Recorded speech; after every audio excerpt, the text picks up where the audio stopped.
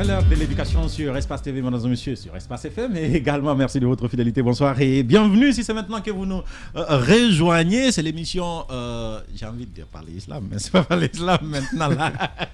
C'est très savoir, vous êtes bien dans l'émission avec les mêmes chroniqueurs, M. Vali. Bonsoir. Monsieur Mohamed Ali, l'ex-joueur de la première division à l'équipe préfectorale de Gongoré. C'est une information que j'ai reçue cet après-midi. Ah d'accord. Voilà. L'information est tellement erronée que je n'ai jamais mis pied à Gongoré. Informez-vous, monsieur Vali. Merci beaucoup. Monsieur Alpha, bonsoir. Monsieur Kondé, bonsoir. Monsieur... Madame Kadiatou, bonsoir. Tu as intérêt à ne pas répéter, monsieur. Non, là, je me suis trompé, je n'ai pas fait exprès. Madame Kadiatou, bonsoir. Monsieur Cheikh qui va nous rejoindre un peu plus tard. Merci à tous et bienvenue. On va donc démarrer par des différents sujets, mais principalement aujourd'hui, monsieur Vali, vous avez décidé, on va parler de lecture. Effectivement, lecture. Le sujet vient à point nommé parce que nous sommes au lendemain des 72 heures du livre. Oui. C'est vrai, on a vu beaucoup d'images de jeunes Guinéens se photographiant dans les salons des 72 heures du livre. Et forcément, ça nous amène à nous poser un certain nombre de questions. Pourquoi les Guinéens ne lisent pas? Mais au-delà du Guinéen lambda, on se demande aussi est-ce que dans nos écoles, la lecture est enseignée convenablement? Si bien que la grande majorité des élèves, souvent qui se retrouvent au secondaire, ont un mal fou à lire un texte écrit. On va discuter du sujet. C'est d'ailleurs le seul sujet principal dans cette émission, mesdames et messieurs. Si c'est maintenant que vous venez de nous prendre, l'émission Être et Savoir démarre dans un instant. Sur Radio Espace Guinée, Être et Savoir, c'est le magazine dédié aux questions qui ont trait à l'éducation et à la transmission des savoirs sous toutes ses formes. À l'école, mais aussi au sein de la famille, dans l'éducation populaire, voire l'éducation par la culture, entendue au sens large du terme. Être et Savoir.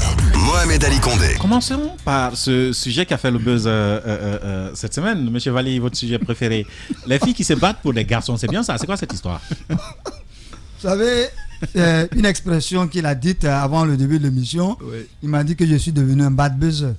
Mais je dis que lorsque on veut informer, on parle de ce qui est en bien ou ce qui est en mal. C'est vrai, la scène dont je m'en vais vous parler est une scène désolante. Ce sont des jeunes filles, principalement, de deux écoles. Le groupe scolaire Ousmane Kamara et le groupe scolaire Solokouré.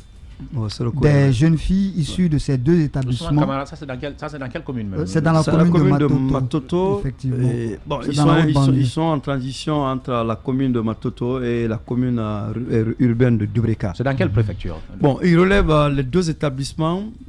Normalement doivent relever de la commune urbaine de Dubreka. Solokouré et groupe scolaire Ousmane Kamara. D'accord, Solokouré et groupe scolaire. Oui. Qu'est-ce qui s'est passé, M. Vali? Alors, donc, comme on le disait tantôt, nombreux sont les Guinéens qui ont vu les vidéos circuler. Vous l'avez dit, les vidéos ont fait le buzz. Ce sont des filles qui appartiennent à deux établissements différents. Et selon les informations que nous avons recueillies auprès des élèves de ces écoles et des personnes qui habitent dans les alentours, ces deux groupes d'élèves se seraient battus pour une histoire de garçon. Vous l'avez bien entendu, pour une histoire de garçon. Un jeune homme qui habiterait la commune de Ratoma serait à l'origine de cette bagarre entre ces deux groupes de jeunes filles. Le jeune garçon a sa copine, a deux copines. Une copine dans l'école Ousmane Kamara et une copine dans l'école groupe scolaire Solokouré. Et l'autre ayant découvert qu'elle avait une rivale, va débarquer avec ses camarades. Oui, mais ça, c'est des choses qui arrivent tous les jours, monsieur Vali. Qu'est-ce qui fait qu'on en parle dans cette émission aujourd'hui? Qu'est-ce qui fait qu'on en parle? C'est parce que ça concerne surtout des élèves.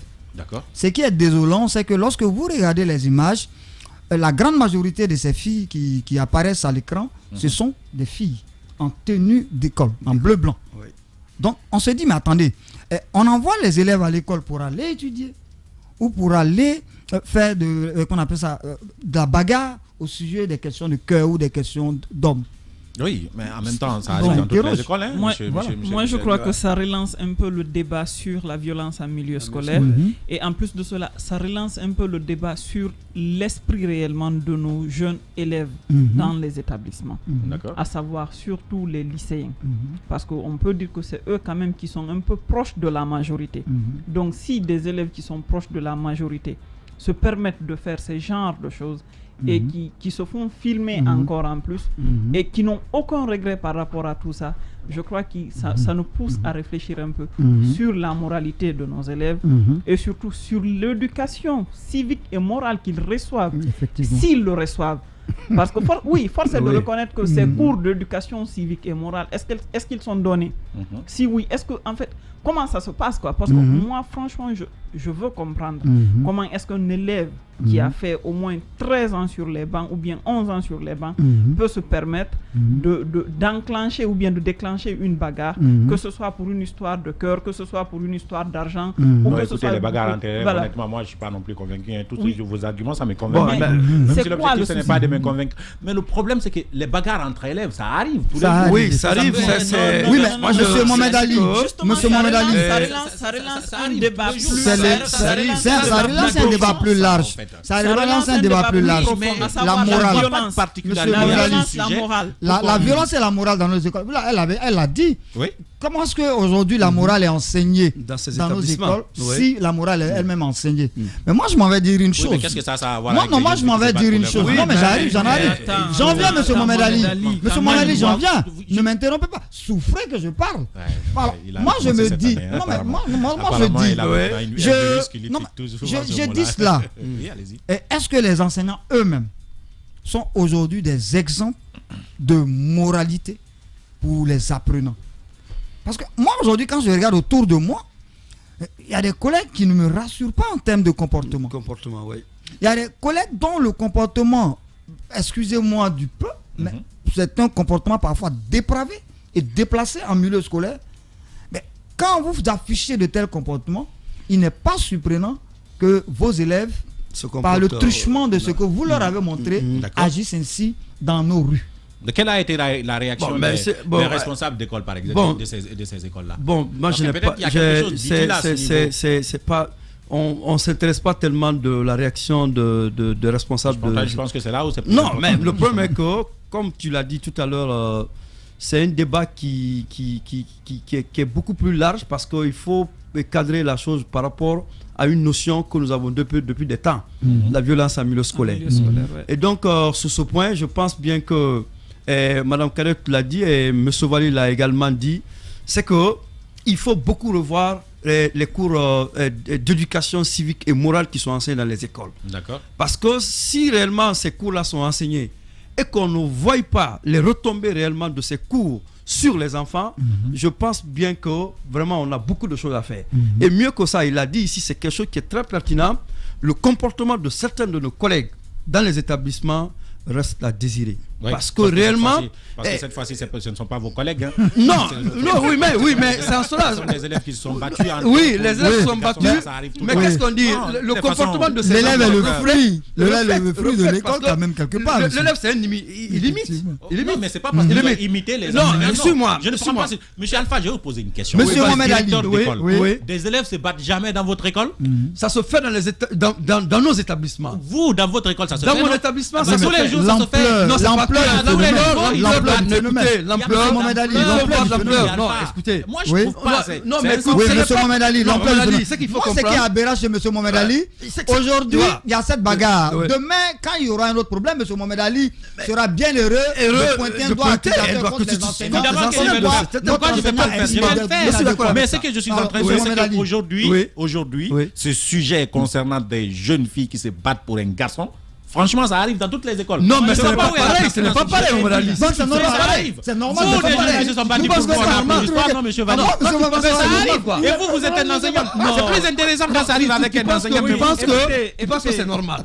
Toi, tu penses que c'est normal. Quand c'est un enseignant, tout ce que je sais, dans les établissements, des situations comme ça ne finissent pas. Oui, mais monsieur Mohamed, à telle ampleur que nous sommes en train de voir là. Sérieusement, c'est dérangeant. C'est dérangeant. C'est gênant. C'est gênant qu'on dise que dans ton établissement, il y a eu de tels comportements. Ça a porté préjudice à qui ou à quoi? À part ces élèves-là. À l'image de l'établissement.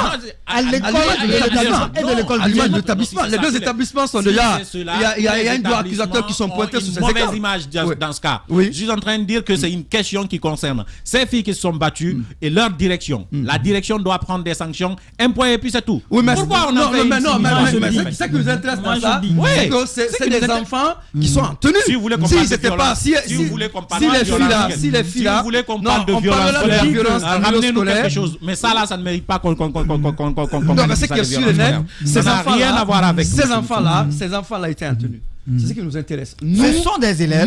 Si cela avait été des commerçants ou des commerçants, on ne s'en serait pas intéressé au sujet. Mais c'est notre école qui est ternie. C'est notre école qui est ternie. C'est notre enseignement qui est terni. C'est l'image de la formation que nous donnons qui est en train d'être détériorée par ce genre de comportement. Et nous ne pouvons pas l'accepter. Nous ne pouvons que dénoncer le. En même temps, ça ne dramatisez pas les choses. Monsieur Cheikh, bonsoir. Merci. Bon, ce qui reste clair, c'est qu'on ne peut pas engager la responsabilité des enseignants jusqu'à un certain niveau. Quand des enfants se permettent de se battre pour un garçon, ça c'est... Et puis ce ne sont pas des collégiennes, je pense, ce sont des lycéennes. Donc elles sont assez matures pour savoir comment se comporter. Deuxièmement, je pense que les parents sont complètement à la masse. Les parents ont abandonné les enfants. Les enfants font ce qu'ils veulent. Et des fois, les enseignants que nous sommes ont beaucoup de mal à canaliser ces enfants, surtout les petites filles d'aujourd'hui. Elles viennent, c'est ça la vérité. Elles viennent au lycée, la mentalité n'est pas encore là, et puis elles se prennent pour des grandes filles et ça dégénère. Il faut que ça arrive. Il faut que ça arrive. Que l'on soit au lycée ou au marché de Madina, à cet âge-là, il faut savoir. Madame Kadiatou, vous m'excusez. Vous m'excusez, Madame Kadiatou. Est-ce que vous, quand vous étiez à l'école, vous êtes battue pour une histoire de garçon? Non. Alors, envie de lui parler. Vous êtes battu par exemple. On le sait. Tout le monde s'est battu. Je dis qu'il faut qu'on accepte que des trucs comme ça se fassent dans les établissements. Pourquoi? Parce que il y a quelque chose, en fait, il y a le triangle pédagogique qui n'est pas respecté. Il faut le dire. Ce qui veut dire la relation entre parents, école, entre école, par exemple, élèves. Bref, cette relation qui existe entre les directeurs d'école, les parents et les élèves, cette relation, elle est rompue. Aujourd'hui, excusez-moi du terme, mais il y a certains parents d'élèves qui prennent l'école pour un dépotoir. Genre, l'enfant, il me fatigue à la maison, je viens, je le mets à l'école. Je m'en débarrasse. Est-ce que vous comprenez? Parce que l'école prend la plupart du temps, pour ne pas dire la majorité du temps des enfants. Est-ce que vous comprenez? La majorité. Donc, oui, si maintenant dans ces établissements, nous avons ce que nous avons appelé la morale. Cette morale, elle n'est pas appliquée. Tout en n'oubliant pas que ces enfants-là sont dans une période d'adolescence. Et nous tous, nous savons que l'adolescence, comme je le dis souvent, c'est s'opposer pour s'affirmer. L'enfant, il va forcément briser les règles parce que c'est ça, en fait, son objectif pour cet âge-là. Donc, si cette morale, elle n'existe pas, cette rigueur, elle n'existe pas dans les établissements, je suis désolé de vous le dire, on va toujours assister à ce genre de situation. Et ça ne sera même pas pour une histoire de garçon, ça sera pour une histoire d'argent, ça sera pour une histoire de cahier, ça sera pour une histoire de football. Justement, voilà pourquoi il fallait faire ce débat aujourd'hui.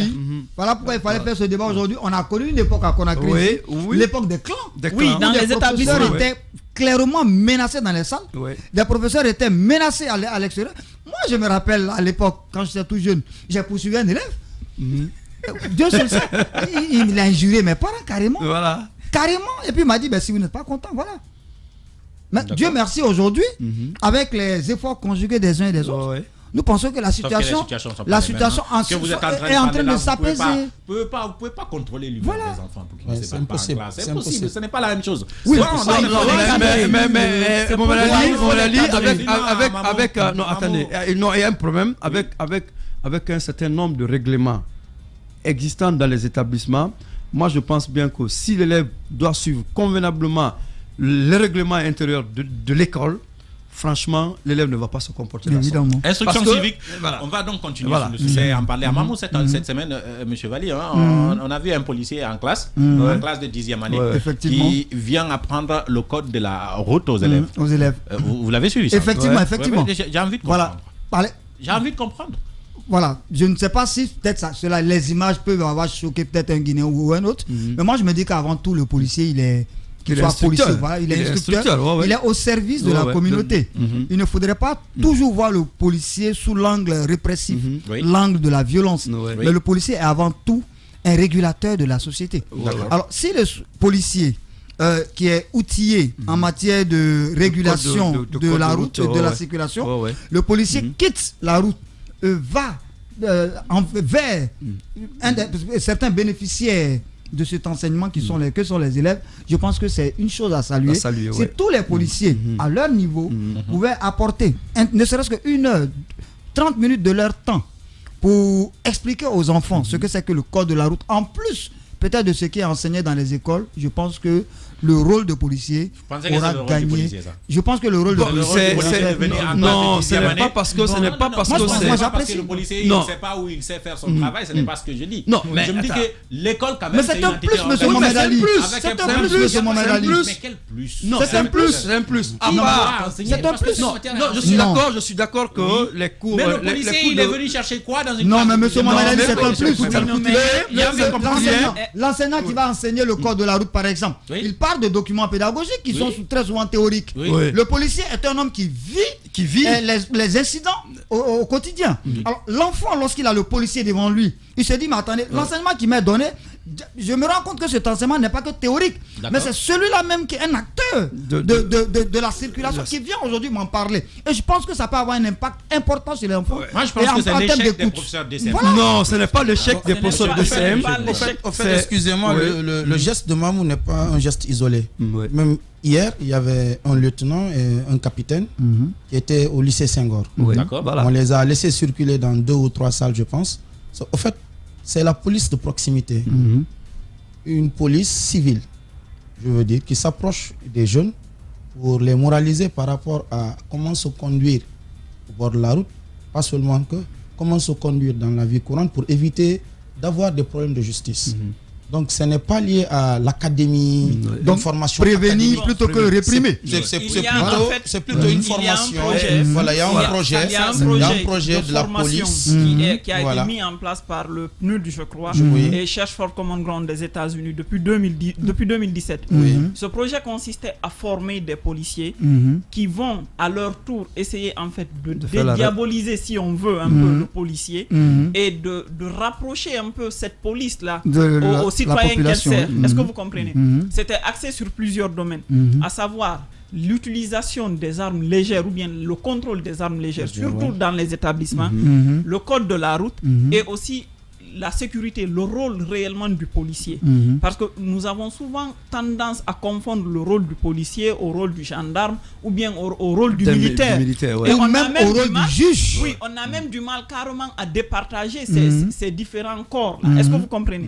Donc je crois que le projet était dans ce sens et ça s'est fini, je crois, en 2020. Ça s'est fini en 2020. Normalement, à la fin du projet, il devait y avoir des policiers instructeurs qui devaient passer dans différents établissements, mais aussi dans les quartiers pour faire la restitution et pour créer cette police de proximité, pour permettre aux élèves de savoir comment est-ce qu'il faut se conduire au niveau de la route pour éviter des accidents, le contrôle des armes légères et tout en les informant un peu aussi, nous voulons les imprégnant des conséquences néfastes que l'utilisation des armes légères a sur l'élève lui-même et sur son entourage. Au niveau maintenant de l'autre population qui n'est pas élève, je veux dire en fait de la population lambda, voilà, il s'agissait un peu de parler du rôle du policier, de dédiaboliser, si nous voulons un peu donc réduire quelque part la criminalité. Mais monsieur moi je me dis par exemple, puisqu'on parle DCM, si on avait des très bons professeurs DCM, les policiers n'auront pas besoin de venir. Monsieur Mohamed Ali, attendez, s'il vous plaît, les policiers n'auront pas besoin de venir dans les salles de classe. Je me dis que une école, c'est quand même complet. C'est là où on a l'enseignement complet, si on peut dire ça comme ça. La Grande-Bretagne, monsieur Mohamed Ali, la Grande-Bretagne par exemple. En Grande-Bretagne, je suis en train de dire, monsieur Vali, que dans la société, il y a quand même des endroits où les policiers peuvent aller pour sensibiliser. Merci beaucoup. Ils peuvent aller sensibiliser. Ces endroits-là sont beaucoup plus responsables. Monsieur Mohamed Ali, moi j'ai 2 informations à vous donner. Oui, mais laissez-moi finir. Vous voulez bien? Donc je disais qu'il y a des endroits où les policiers pourraient bien aller sensibiliser des jeunes, parce que c'est eux qui sont responsables sur la route. C'est eux qui sont victimes d'accidents et c'est eux qui sont aussi coupables d'accidents de la circulation. Oui, mais c'est exactement le rôle de la police de proximité. Oui, évidemment. Mais je me dis que dans une salle de classe où il y a un professeur DCM, un professeur de toutes les autres matières. N'oublie pas, un policier. Monsieur Mohamed Ali, c'est un appui. C'est simplement du mature. Monsieur Mohamed Ali, les policiers sont Monsieur Mohamed Ali, je vous ai dit, en Grande-Bretagne, 2 minutes. En Grande-Bretagne, non, 2 minutes. Les policiers sont proches des citoyens, de la population. En Grande-Bretagne, par exemple, c'est une opération de communication institutionnelle. La police n'a pas ce rôle répressif que nous connaissons aux policiers francophones. Le policier, d'ailleurs, je ne vous dis pas, peut-être qu'avec les attentats terroristes aujourd'hui, le policier britannique porte une arme à feu. Sinon, le policier britannique, par exemple, traditionnellement, le policier même anglophone, même au Ghana, c'est souvent le cas, ne porte pas d'arme à feu. Parce qu'il n'a pas ce rôle répressif de façon systématique. Le policier, d'abord, comme je l'ai dit, c'est un régulateur. Mais on parle pas de la répression. Je viens, monsieur Mohamed Ali. Je vous dis que nos policiers se sont trompés de cible. C'est de ça que je suis en train de vous parler. Je dis que le policier, donc, n'est pas seulement du répressif, c'est un régulateur social. Et pour réguler, il ne faut pas attendre que le problème se pose pour le résoudre. Il faut le prévenir. Je vais vous dire une chose. Sensibiliser des chauffeurs adultes au code de la route, c'est bien. Mais sensibiliser des enfants, des enfants à bas âge au code de la route, c'est encore mieux parce que ce sont les citoyens de demain. Il y a une autre chose que je suis en train de vous dire. Ça ne me convainc pas. Je reviens sur ce que je suis en train de dire. À l'école primaire, pour compléter l'information, il faut comprendre que chaque année que vous connaissez dans ce pays, comme il a dit, le projet du PNUD, nous avons tout le temps des fiches que nous envoyons. Pourquoi on doit savoir principalement les écoles dont les enfants doivent traverser la route pour y accéder à leur établissement? Première condition. Donc, voir un policier dans une salle de classe, venir, ce n'est pas pour dispenser un cours. C'est même effrayant. Non, c'est pas effrayant. C'est un cela que. Non, c'est un cela que. Non, mais écoutez, de quoi je parle. Mais écoutez, non, écoute. C'est effrayant. Mais écoute, mais c'est effrayant. Je vous dis que ce n'est pas là-bas qu'on montre en médecine en pharmacie, nous avons des médecins militaires qui viennent enseigner. Ils sont en tenue, ils viennent enseigner. C'est pas la même chose. Non, mais écoutez, si tu dis que c'est effrayant, c'est un cela que d'accord. Le problème, ce policier, on l'a bien et bien dit, c'est un policier de proximité. Moi, je ne suis pas contre le projet. Il vient juste pour appuyer. Je ne suis pas contre le projet. Il vient pour appuyer. Il vient pour appuyer. Depuis l'école primaire, on enseigne aux enfants qu'on regarde à gauche et à droite avant de traverser. Oui, mais c'est différent. Il y a un enseignant qui l'enseigne depuis la première année jusqu'à terminale. Pourtant, les accidents continuent. Ça veut dire que ça continue. Pourtant, les accidents continuent, monsieur. Le policier, c'est effrayant. Quand un enfant voit un policier, il a souvent l'impression qu'on vient arrêter quelqu'un ou qu'il y a. Oui, mais c'est parce qu'on c'est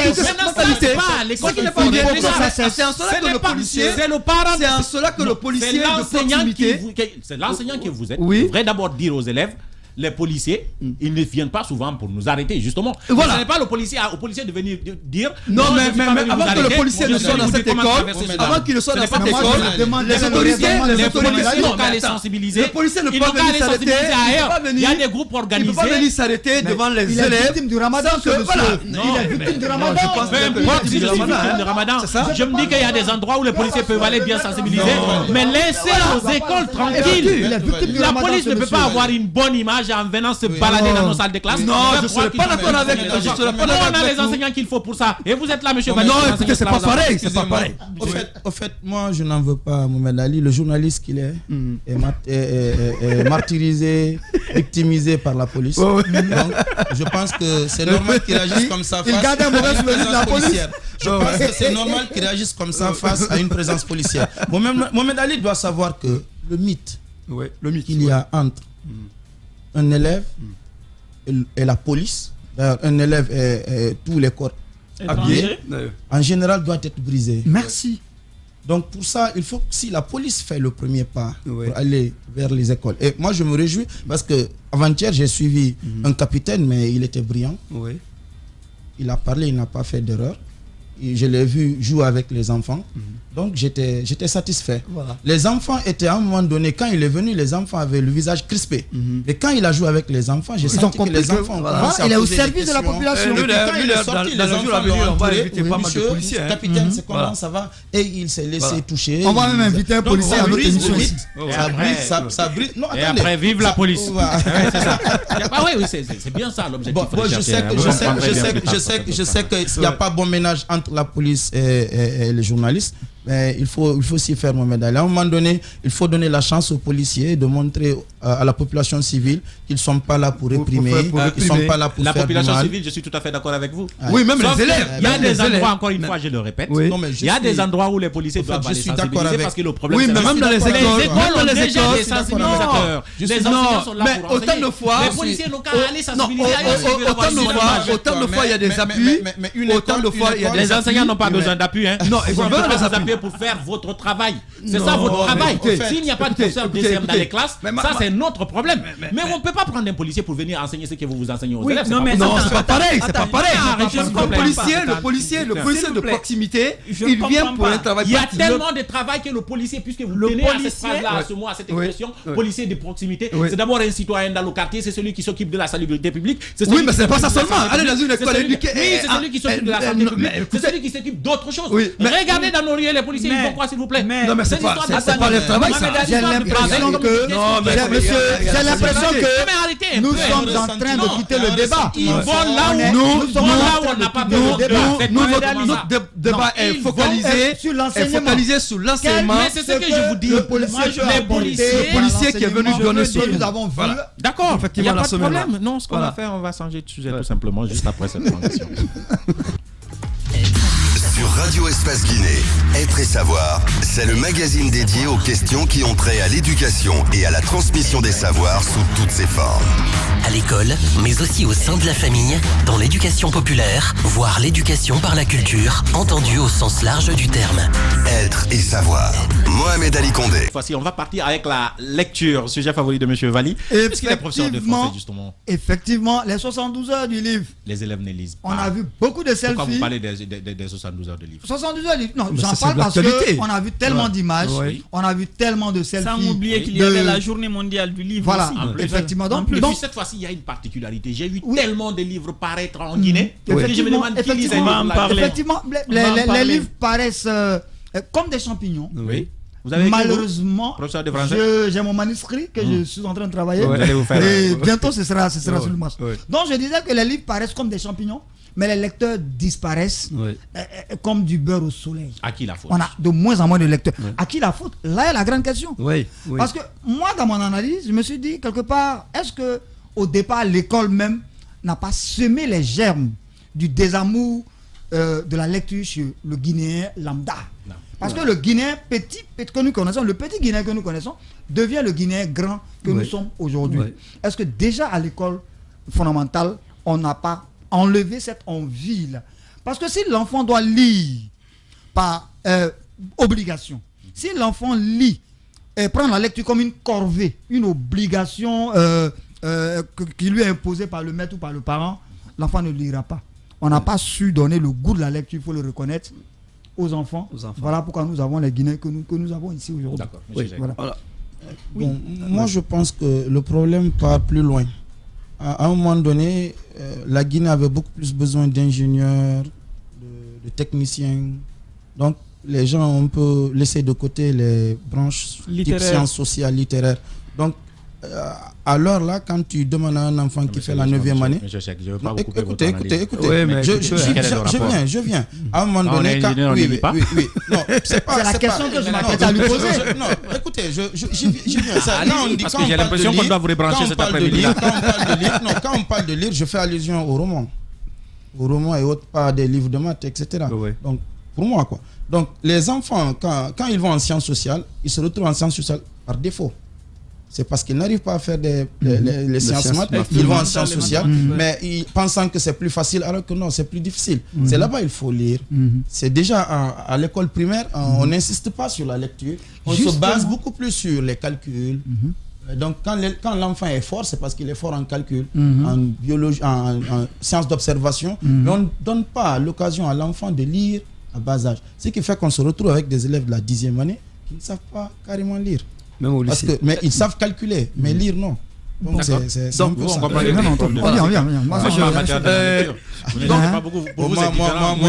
Moi j'ai lu presque tous les romans. D'accord, presque. Ouais, on n'a pas l'impression. Il y a un professeur faut lui dire qu'il y a un professeur de lettres à côté. Donc moi je vais rebondir réellement sur ce thème, sur un autre angle.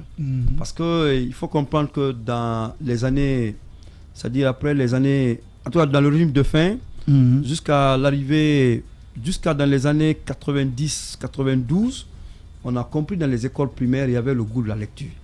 Parce qu'on a tous connu ici, on imposait des livres aux enfants. Les enfants, on imposait des livres aux enfants, Mohamed de Vineta sont devenus grands.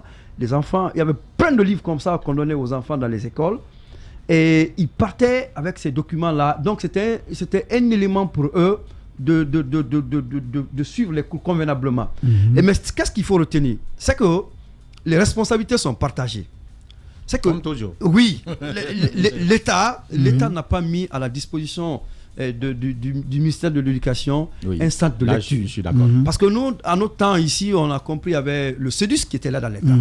Donc le CEDUS a été installé à Kaloum, mais ils avaient les démembrements dans les différentes communes. Donc même dans les établissements, ils étaient installés. Il y avait des bibliothèques. Toujours, Mais donc, si réellement on ne donne pas et on n'accorde pas de l'importance à ces démembrements, la lecture sera un peu difficile dans les établissements. Ça, c'est un premier aspect. Le deuxième aspect, il faudrait que les enseignants qui dispensent réellement, qui sont en charge des cours dans les écoles, donnent le goût à la lecture.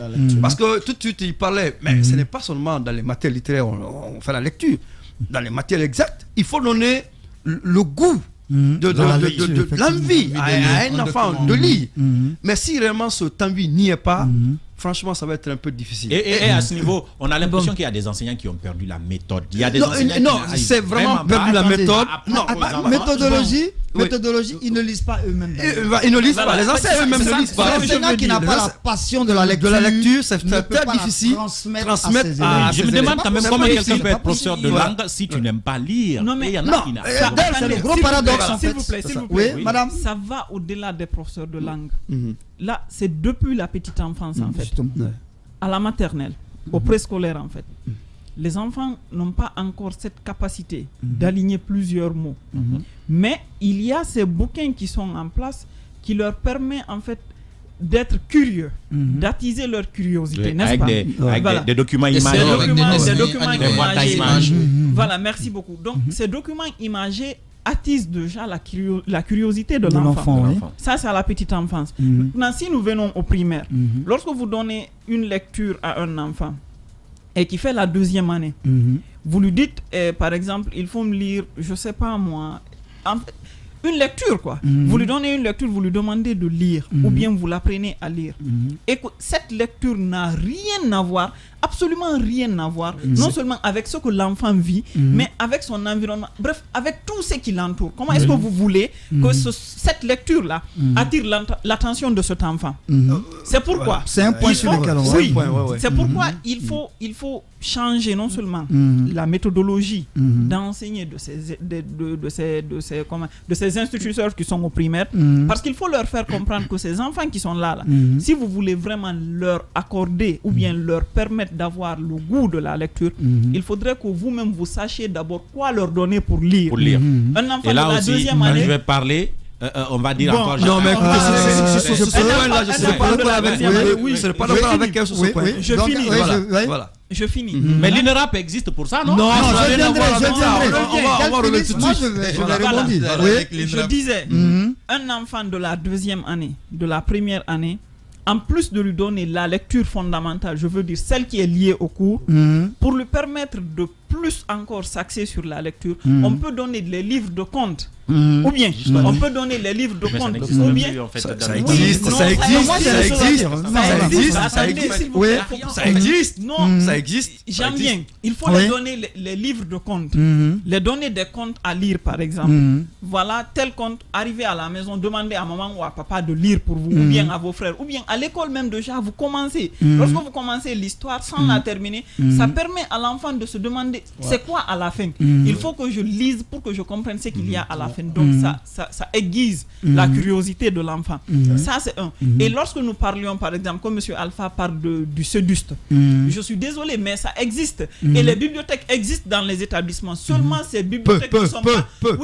Oui, peu. Mais c'est ce que je dis. Ces bibliothèques ne sont pas utilisés de façon rationnelle. Ils ne sont pas remplis de façon rationnelle. Parce que lorsque vous prenez des ouvrages qui n'ont absolument rien à voir avec le jeune élève que vous avez, ou le programme qui est enseigné,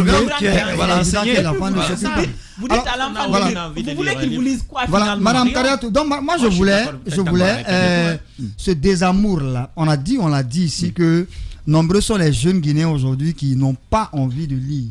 J'ai dit, tant que la lecture sera une corvée pour nos élèves, pour nos jeunes, les gens ne liront pas. Parce que dès l'enfance, on a coupé chez l'enfant l'envie de lire. Pourquoi on a coupé chez l'enfant l'envie de lire? Parce que l'enfant lui-même ne sait pas lire. Qui lit mal n'aimera plus la lecture. Des gens qui commencent à lire à partir de la 7e, 8e année. Je vais vous expliquer où je voulais en venir. Normalement, lorsque, en termes d'objectifs pédagogiques, en 3e année déjà, l'enfant sait lire. En principe. Moi, d'ailleurs, même nous, je sais que dans notre promotion, la plupart, peut-être l'enfance première année, la plupart savaient lire. 3e année, on perfectionne. On perfectionne et puis, au fur et à mesure. C'est vous, votre génération. Voilà. Au fur et à mesure, on perfectionne. Ok? Mais dans votre génération, c'est pas pareil. Alors, donc, je disais, Madame Kadia, tu as abordé quelque chose. Une première chose, elle a parlé des livres d'enfants. Nous, on avait, par exemple, des livres des romans aujourd'hui, des romans officiels qui étaient réécrits version enfantine. Moi j'ai lu Racine quand j'étais au primaire, Racine de Kunta Kinte Roots. Voilà. Les contes de Tieni Banani, je l'ai lu quand j'étais au primaire. Le petit crocodile, je me rappelle, c'était en 2e année. C'était des petits livres. Bon, pour nous, c'était des romans. Il y avait même. Donc, c'est des livres imagés avec des textes assez simples. Donc, très tôt, on nous a donné cette envie. Nous, on ne lisait pas parce que on voulait apprendre ou pas apprendre, mais pour lire déjà pour nous, parce qu'on est curieux de savoir ça nous plaisait. Autant on regardait la télévision, ça nous plaisait, autant on lisait, ça nous plaisait. Là est notre problème qui empêche les jeunes de lire. Justement. La télévision et surtout ce point, les téléphones. Oui, mais sur ce point, ils reviennent. Je vais vraiment. Monsieur Alpha, il va se tirer une balle dans les pieds. Il va se tirer une balle dans les pieds parce qu'ils ont chanté, ils ont chanté le louange. On va je parle la langue française, monsieur Valier. La langue de Molière. J'ai pas dit le téléphone. La langue de Molière. Le problème, je me rappelle très bien cette envie-là. Nous, à notre petite enfance, on a connu ça.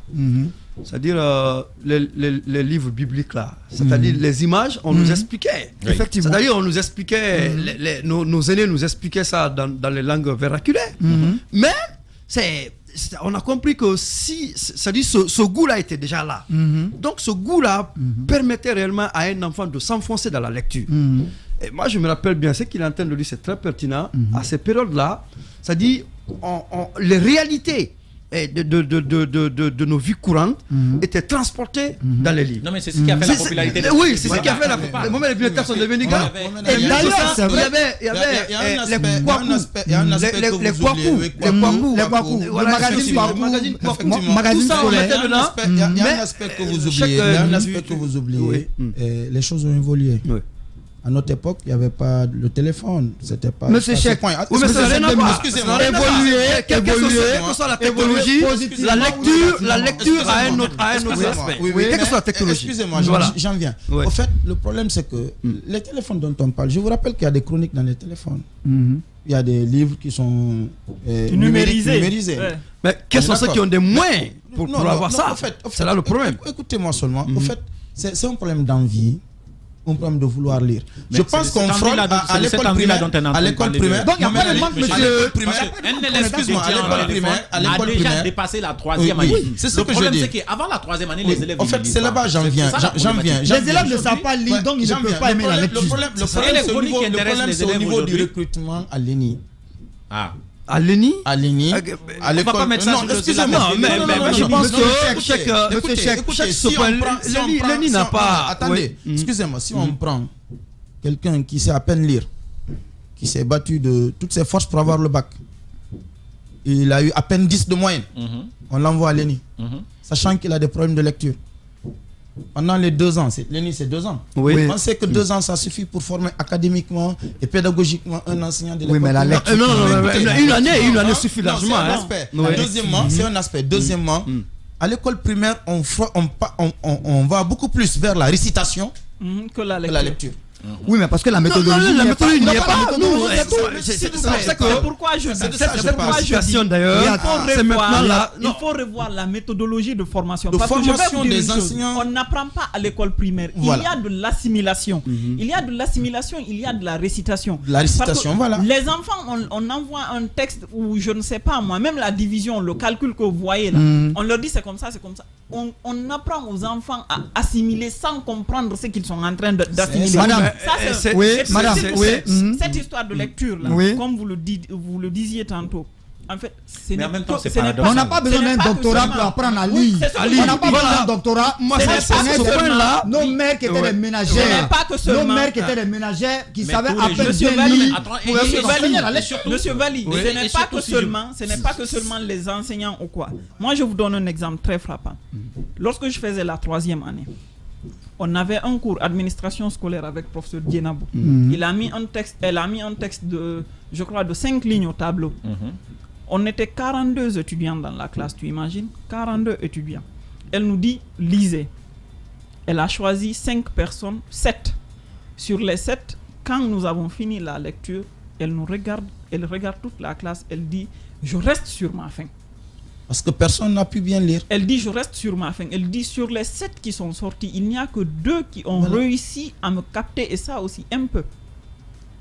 Est-ce que tu comprends? Donc, ça montre un peu la gravité de la situation. C'est parti juste à ce que on nous a demandé de lire. Parce qu'en même temps, si vous remarquez, c'est l'école le gros problème. C'est l'école le gros problème, effectivement. Parce que la méthodologie à l'école, c'est là le problème. Monsieur Mohamed Ali, pour ceux qui sont musulmans, pour moi, ce n'est même pas une question de méthodologie d'abord. Ce n'est pas une question de méthodologie pour moi d'abord. Moi, j'ai échangé avec des maîtres du primaire. La question n'est pas d'abord méthodologie, mais la question est d'abord objectif. Est-ce qu'on a focalisé nos objectifs sur la lecture? Parce que l'enseignement primaire, Monsieur Mohamed Ali, je viens. L'objectif? Monsieur Mohamed Ali, j'en viens. Moi, l'enseignement primaire est supposé théoriquement doter de l'enfant de 3 aptitudes. Lire, compter, calculer. C'est ça généralement. Mais regardez, la plupart des enfants qui finissent l'enseignement primaire ont des difficultés dans ces 3 éléments. Alors, je demande au maître, mais pourquoi ce problème? Il me dit, grand frère, la chose est toute simple. Il dit, regardez nos programmes. Il me sort son emploi du temps. Il me dit, regardez ce que nous devons faire pendant une journée. Il me montre un emploi du temps super chargé. C'est-à-dire qu'à peine l'enseignant a fini même de créer l'environnement qui va permettre la dispensation d'un cours, qu'une autre activité s'enchaîne. Parce que c'est 30 minutes. Voilà, donc les activités sont superposées. Et hyper chargées. Ça, c'est un élément. Et le deuxième élément, il me dit, il y a beaucoup d'activités qui sont répétitives. C'est-à-dire que dans la semaine, même activité, on va retrouver la même activité avec dans la deuxième paire de la même journée. D'autres dénominations, parce qu'aujourd'hui on a trop de techniciens d'enseignement. Il faut tout en créer, il faut tout en. Moi je vais vous dire. Le programme il est caduc. Moi je vais vous dire une chose. Mamadou et Bineta que nous négligeons. Mamadou et Bineta que nous négligeons. Elle a parlé ici de. Est-ce que le type de document qui est fourni aux enfants correspond aux réalités? Parce que certains ont dit la solution pour eux, il faut prendre les langues nationales, il faut les transcrire à partir des syllabes. Non. Je donne des pistes de solutions qui ont été fournies par des gens. C'est-à-dire comment adapter l'enseignement de la lecture à nos réalités locales. Certains ont proposé l'enseignement des langues locales à bas âge. À partir des langues locales, enseigner les lettres, les voyelles et les syllabes aux enfants. Ils ont commencé à faire qu'on appelle ça, les premières syllabes à partir de nos langues. Baba, maman, tata, toto, se limiter à ça. Ok? Maintenant, d'autres pensent au contraire que on n'a pas besoin forcément de s'appuyer sur la langue locale, mais on peut s'appuyer sur la langue française, mais faire en sorte que l'utilisation de cette langue française réponde au quotidien des enfants, que les enfants s'y retrouvent. Mais aujourd'hui, nous avons un quotidien tellement sophistiqué, mais je me demande quel est le type de lecture qu'on pourra leur donner. On va parler d'internet dans nos livres du primaire, de téléphone. Revenons au vieux Mamadou et Bineta. On va me dire vieux jeu, je suis d'accord, mais ça a apporté des résultats. Et mieux que ça, et pour un peu enrichir ce qu'il est en train de dire, dans les établissements, moi je pense que ce n'est pas une question de méthodologie. il va falloir que nous revoyions, parce que, c'est-à-dire, quand je regarde l'emploi du temps proposé par le MENA aux enseignants dans les établissements, franchement, moi, c'est des choses que je n'apprécie pas du tout. Ça me donne des mots Parce que le problème est que je peux comprendre qu'un enseignant, pour 6 heures de cours, de 8 heures à 14 heures, vous allez voir que s'il doit faire la lecture, c'est prévu peut-être pour 30 minutes. Mais imaginez-vous, 30 minutes, qu'est-ce qu'on peut apprendre à un enfant 30 minutes, hein? Et comme il a dit, il y a beaucoup de répétitions. Je peux comprendre qu'on dise, par exemple, le matin, vous avez l'accueil. À partir de 8h30, vous faites la lecture. Chant. Vous avez élocution, vous avez chant, calcul, ainsi de suite. Mais je pense bien qu'il faut réglementer cette situation. C'est pas l'INERAP? Oui, mais c'est en cela que... C'est en cela que... Il faut ramener réellement... Ce que nous avons eu dans les temps... Je vous ai dit, invitons les gens de l'INERAP ici pour qu'ils viennent nous parler de cette... Mais mieux que ça. Les programmes, et pourtant, j'ai l'impression que tout le problème, pour je vais donner la parole tout à l'heure à la madame, tout le problème de l'éducation guinéenne, à un moment donné, ce sont les programmes qu'on enseigne. Le contenu est obsolète et en même temps, on est tous d'accord là-dessus. Souvent, on ne va pas renouveler ce programme-là. Parce que l'institution qui est chargée de justement comment dire, de refaire le programme ne vit presque pas, c'est à l'agonie. Elle est moribonde.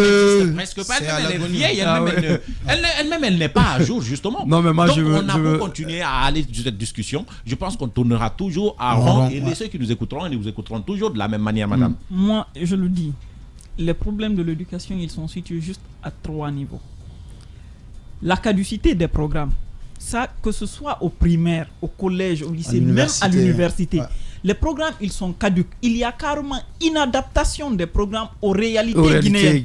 Ça, c'est la première des choses. La deuxième des choses, il y a ce qu'on appelle le manque de formation des formateurs eux-mêmes. Il y a ce manque-là. Ils sont rapides à vouloir être engagés directement à la fonction publique. Il n'est pas fait, il n'est pas lié. Si les syndicats pouvaient se battre également, pour améliorer quand même le niveau des enseignants, je crois que c'est une bonne chose. Parce qu'en classe, franchement, il y a ce manque-là. La troisième chose que moi, en fait, selon mon humble avis, la troisième chose, c'est les infrastructures. Et dans ces infrastructures-là, on peut, si on veut mettre en fait les conditions, l'amélioration des conditions de vie, que ce soit des formateurs, bref, des acteurs de l'éducation. Et pour peut-être clôturer tout ça, ramener la relation qui existe entre les parents d'élèves et l'école. C'est important parce que quand le lien là il est coupé, je vous dis, si vous voulez envoyer les enfants à la Sorbonne, je vous assure, ils vont sortir plus nuls que les enfants qui sont en train d'étudier aux choses à Conakry ici. Il faut refaire carrément la relation école-parent. C'est important. Sauf que les parents, les parents ont démissionné. La sociologie de l'éducation en Guinée est très mal enseignée. Quand un élève rentre, tu sais que c'est ton enfant, il a été à l'école, tu sais que le soir, il a eu des exercices, tu dois t'assurer effectivement que ton enfant fasse la lecture. Mais lorsque l'école devient dépotoir, comment est-ce que tu veux que les gens sachent en fait? C'est ce qui arrive, Moi, je reviens sur le côté méthodologie. Il faut que l'enseignant, le maître de l'école primaire ait une méthode bien élaborée, lui permettant de pousser l'élève enfant à lire. Parce que moi, je me rappelle, nous, on a commencé par les syllabes d'abord, relier les syllabes. Donc, il faut une stratégie, une méthodologie pour que les enfants puissent arriver à placer une phrase correctement. Mais là où se situe le problème, c'est le maître lui-même qui est censé avoir l'ensemble des méthodes, un ensemble de méthodologies lui permettant de donner les moyens de lecture à un enfant. Si le maître là a sa formation bafouée, ce maître-là sort. Ce qu'on a dénoncé malheureusement. Voilà, je suis obligé d'arrêter l'émission à ce niveau. On a déjà à l'heure. Merci à vous tous d'avoir accepté de décrypter dans cette. Merci à tous d'avoir accepté de décrypter ces différents sujets dans cette émission. Être et savoir, vous le savez, vous retrouvez cette émission justement sur Espace TV pendant le week-end, pendant le samedi et dimanche dans l'après-midi. Et si tout va bien, demain on se retrouve dans un autre numéro avec d'autres sujets. Au revoir. Sur Radio Espace Guinée, Être et Savoir, c'est le magazine dédié aux questions qui ont trait à l'éducation et à la transmission des savoirs sous toutes ses formes. À l'école, mais aussi au sein de la famille, dans l'éducation populaire, voire l'éducation par la culture, entendue au sens large du terme. Être et Savoir. Mohamed Ali Condé.